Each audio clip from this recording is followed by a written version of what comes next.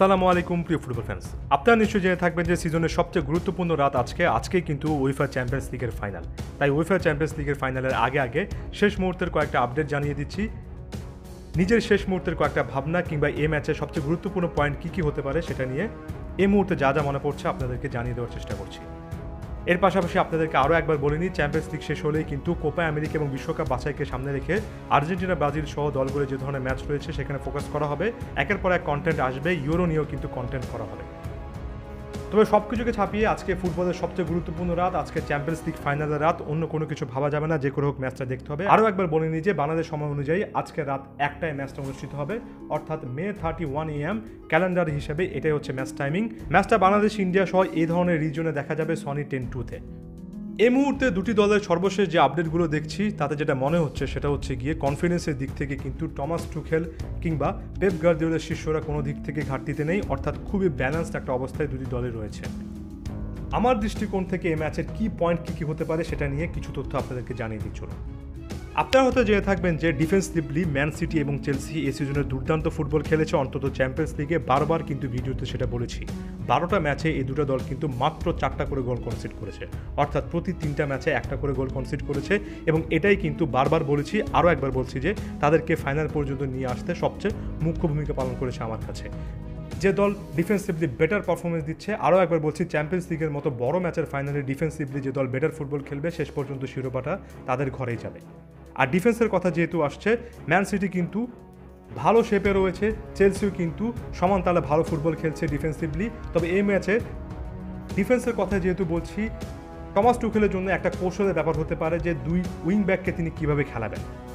Defensively দুটি দল ভালো খেললেও দুটি দলের খেলার ধরনে কিন্তু পার্থক্য রয়েছে। পুরো সিজনে কিন্তু 4 জনের ব্যাকআপ নিয়ে বা ডিফেন্সে 3 জন রেখে খেলিয়েছেন। আর এই ধরনের ফরমেশনে আপনারা নিশ্চয়ই জানেন যে দুই উইং ব্যাক অর্থাৎ রাইট উইং ব্যাক এবং লেফট উইং ব্যাক সবচেয়ে বেশি গুরুত্বপূর্ণ ভূমিকা পালন করেন, ডিফেন্সও ভূমিকা পালন করেন, অ্যাটাকও ভূমিকা পালন করেন। তাই এই ম্যাচে চেলসি দুই উইং ব্যাক কী ধরনের ফুটবল খেলবেন সেটার উপর কিন্তু ম্যাচের গতিপথ অনেকাংশেই নির্ভর করবে।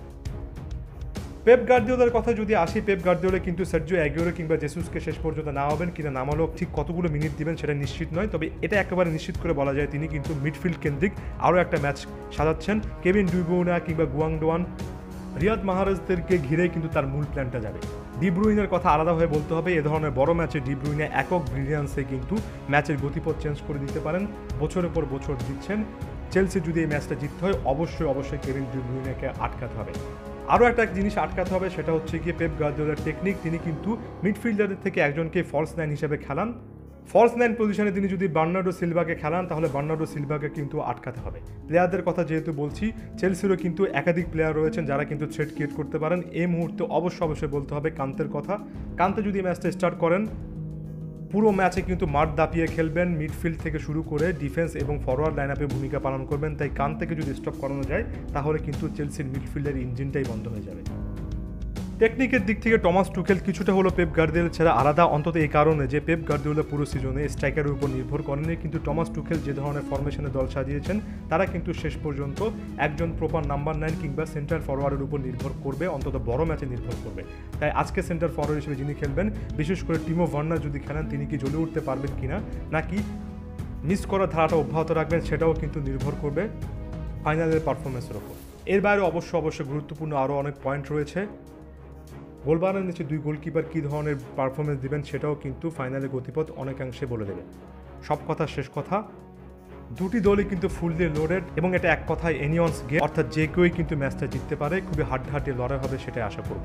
যাওয়ার আগে আরও একবার বলবো অবশ্যই ম্যাচটা দেখবেন, আশা করি দারুণ এক্সাইটিং একটা ম্যাচ হবে।